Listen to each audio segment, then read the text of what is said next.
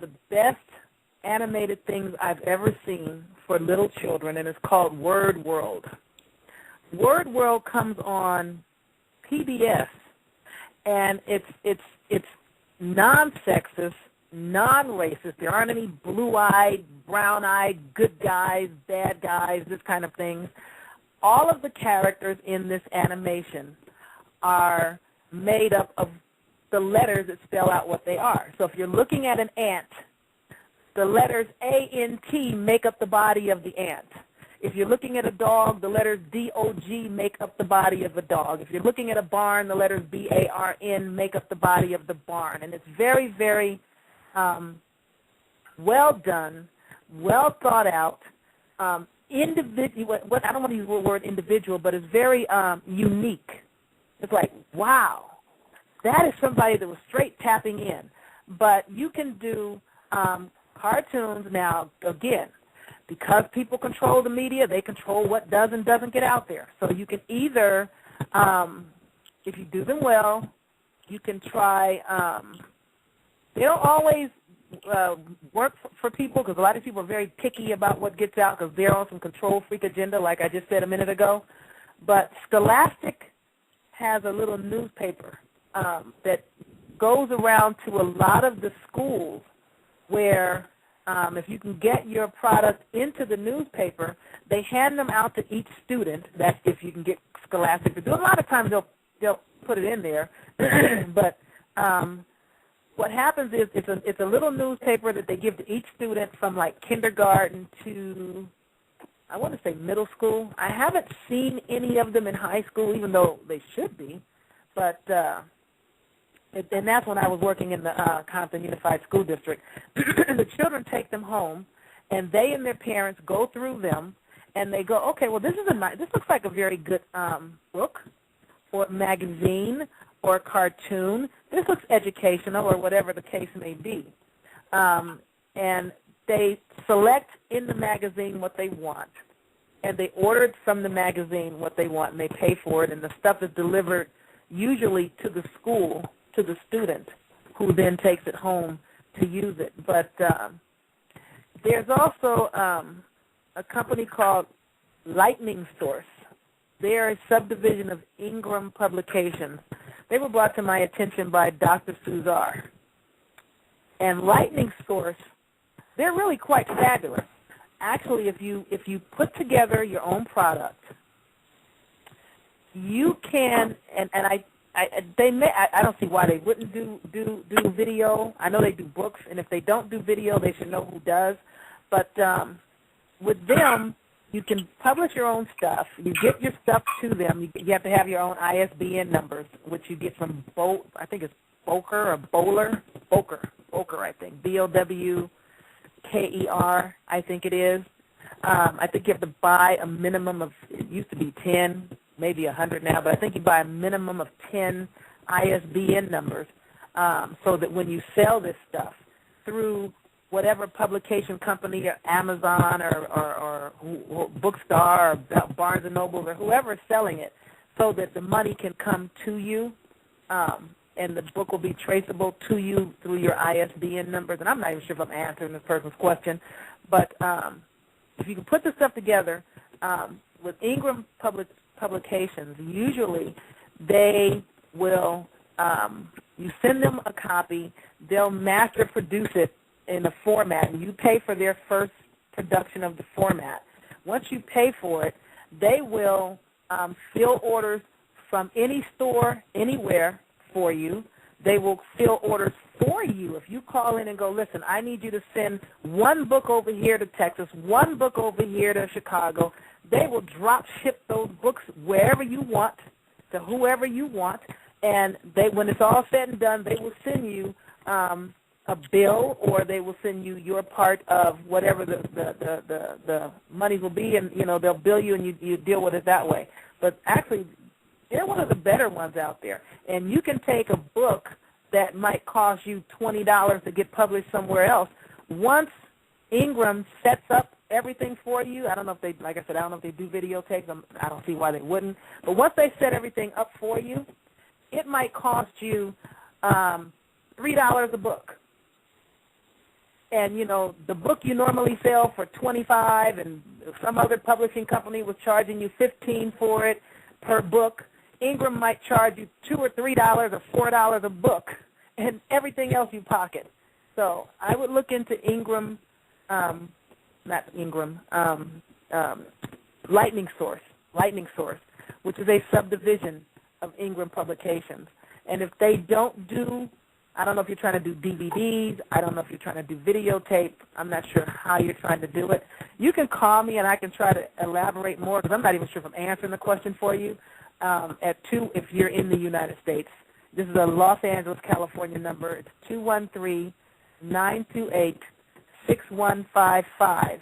And, you know, leave your name and number and what state you're calling from and what it's about, and I'll call you up.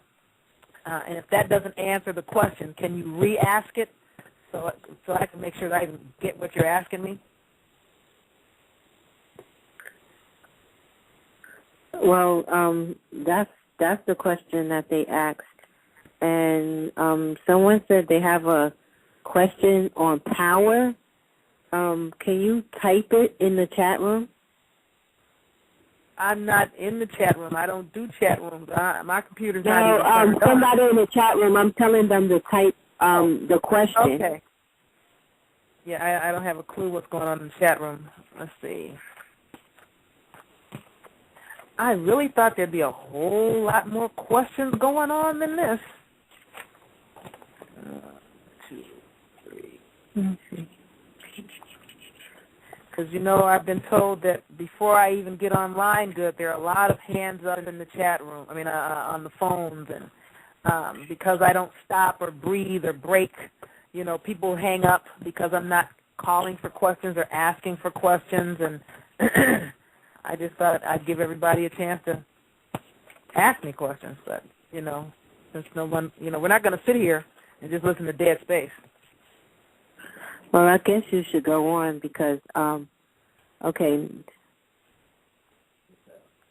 All right, then. They said that people are casting spells. A lot of people are casting spells on people using the power of the female to do it, like women.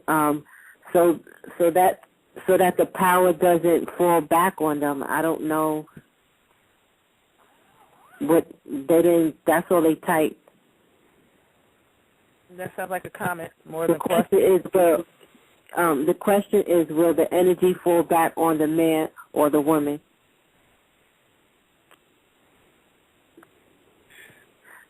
I guess they're saying people that's casting spells on other people, would it go back, or would the energy fall back on the man or the woman?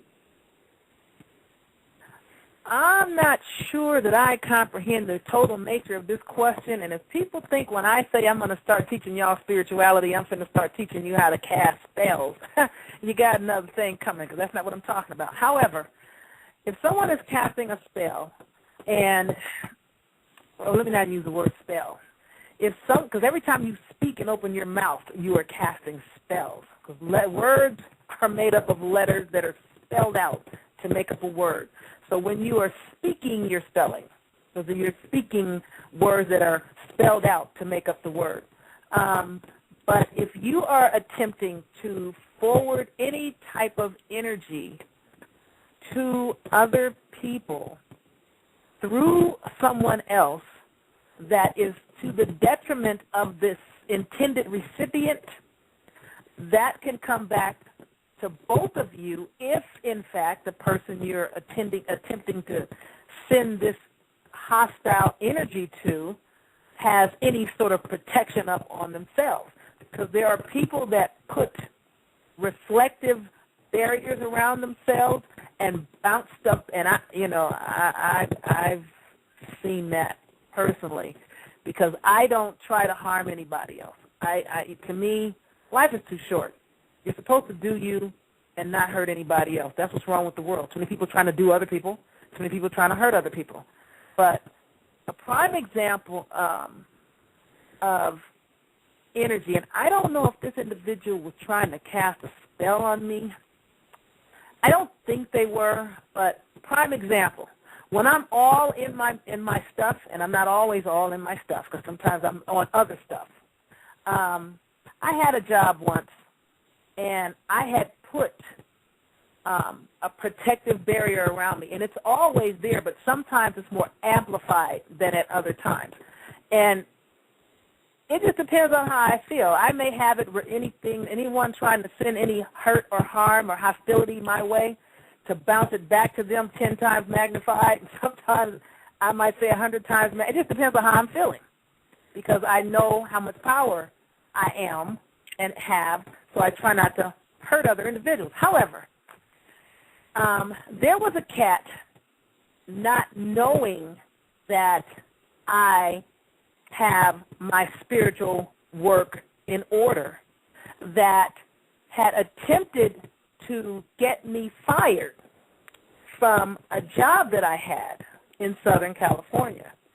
And I didn't realize this cat was attempting to get me fired. I found out after the fact. But something had occurred, and it was so long ago, I'm not the one to even remember the specifics, especially on things like that. But something transpired where this individual went about the business of attempting to get me terminated. And this was on a Saturday.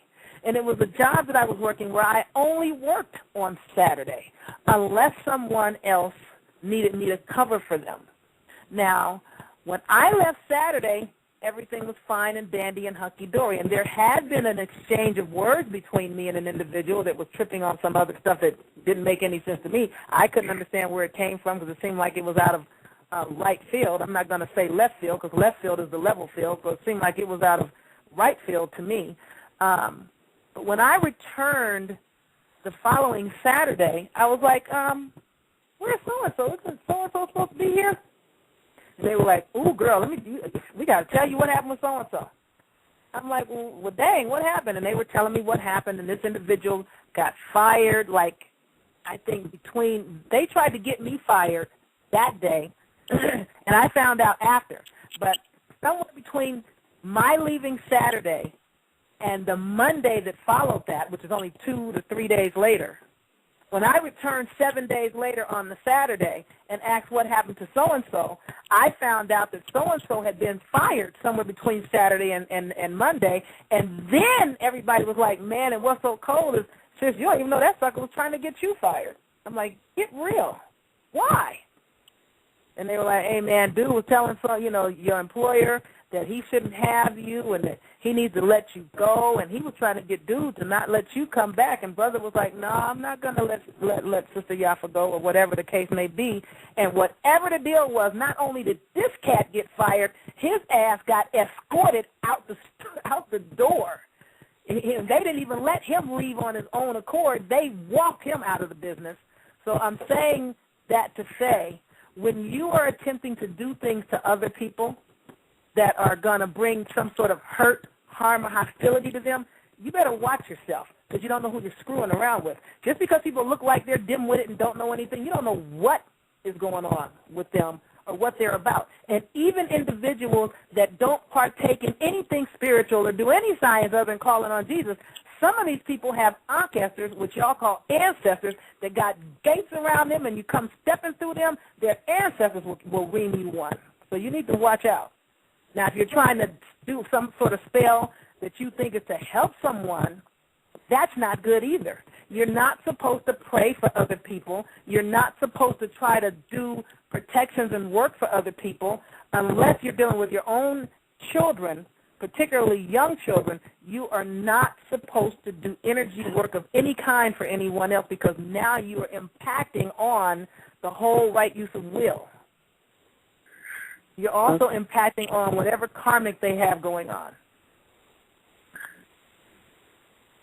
We also have four callers. Do you want to take the calls right now? Absolutely. Bring them in. Bring in the callers. Okay. 718-496, you're on the air. You have a question? 718-496, you're on the air. Hello? Hi. Yes. Do you hear me? Yes, I can hear you. Hey, hi. How y'all for, babe?